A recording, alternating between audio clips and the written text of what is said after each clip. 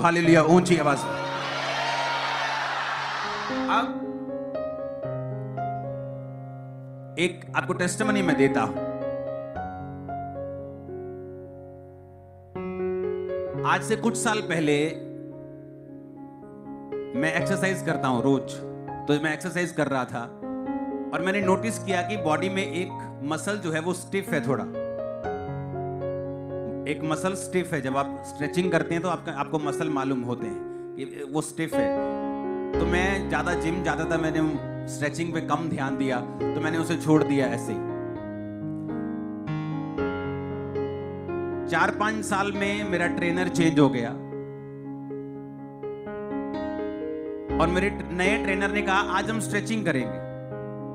5 साल बाद जब मैंने फिर वही मसल की स्ट्रेचिंग की तो वो अभी भी स्टिफ था।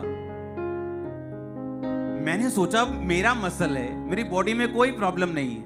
5 साल बाद भी जब मैं ये मसल को दोबारा स्ट्रेच कर रहा हूं तो ये स्टिफ है, अभी भी अकड़ा हुआ है, जबकि प्रॉब्लम नहीं है। बड़े आपके बॉडी के कई मसल होंगे जो स्टिफ होंगे, आपको मालूम नहीं होगा। जब आप जिम में जाते हैं, स्ट्रेचिंग करते हैं, आपको मालूम होता है। तो परमेश्वर का आत्मा मुझे उस बारे में समझाने लगा कि देख, जब तूने उसका कुछ नहीं किया, 5 साल बाद भी वो स्टिफ का स्टिफ ही रहा, अकड़े का अकड़ा ही रहा। और आप इमेजिन करो, मैंने जब स्ट्रेचिंग शुरू की, नई स्ट्रेचिंग थी, 2 दिन स्ट्रेचिंग की, तीसरे दिन वो मसल बिल्कुल ठीक था। 5 साल वो वैसे ही रहा और मुझे मालूम नहीं था। मैंने एक बार किया तो वो स्टिफ था, मैंने इग्नोर कर दिया क्योंकि मेरा ध्यान मसल बनाने पे था।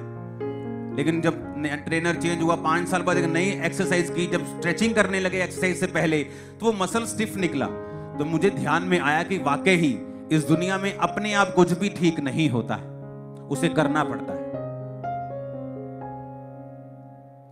कई बार आप सोचते हैं कि ये हो जाएगा, अपने आप हो जाएगा। टाइम कुछ भी हील नहीं करता है।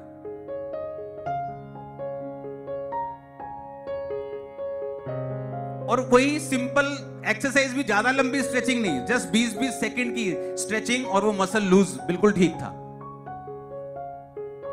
परमेश्वर ने कहा, पतरस मुझे पानी के अंदर ले जा अपनी नाव से, मुझे ना अंदर से वचन सुनाना था कि लोग मुझ पे गिरे ना, क्योंकि लोग कोई हीलिंग के लिए प्रभु पे गिर रहा था, कोई बात करना चाहता था, कोई दुखड़ा सुनाना चाहता था। तो परमेश्वर अंदर जाके वचन सुनाते और पतरस को बोलते, अब मछलियां पकड़ने के लिए अपना जाल डाल।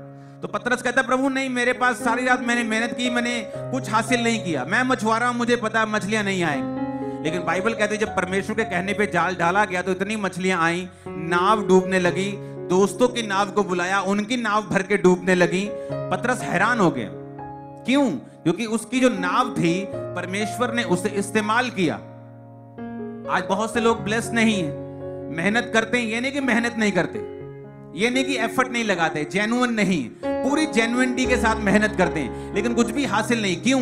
क्योंकि उनकी नावें जो हैं वो परमेश्वर के कामों के लिए इस्तेमाल नहीं हो रही। एक समय है परमेश्वर आपको अलाउ करता है, आप कम काम करते हैं, वो अलाउ करता है, वो धीरज रखता है, पेशेंस रखता है। लेकिन एक समय आता है जब परमेश्वर कहता है बस, नो मोर पेशेंस, अब नहीं, अब तुम्हारा टाइम पूरा हो चुका है, मैं चाहता हूं तुम मुझे फल दे। जिस काम के लिए इस पेड़ को लगाया गया था, वो पेड़ फल अब मुझे चाहिए।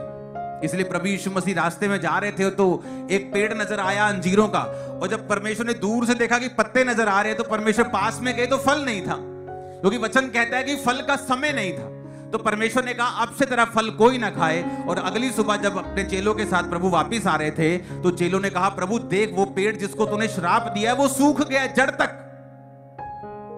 अगर फल का समय नहीं था तो परमेश्वर ने उस पेड़ को श्राप क्यों दिया?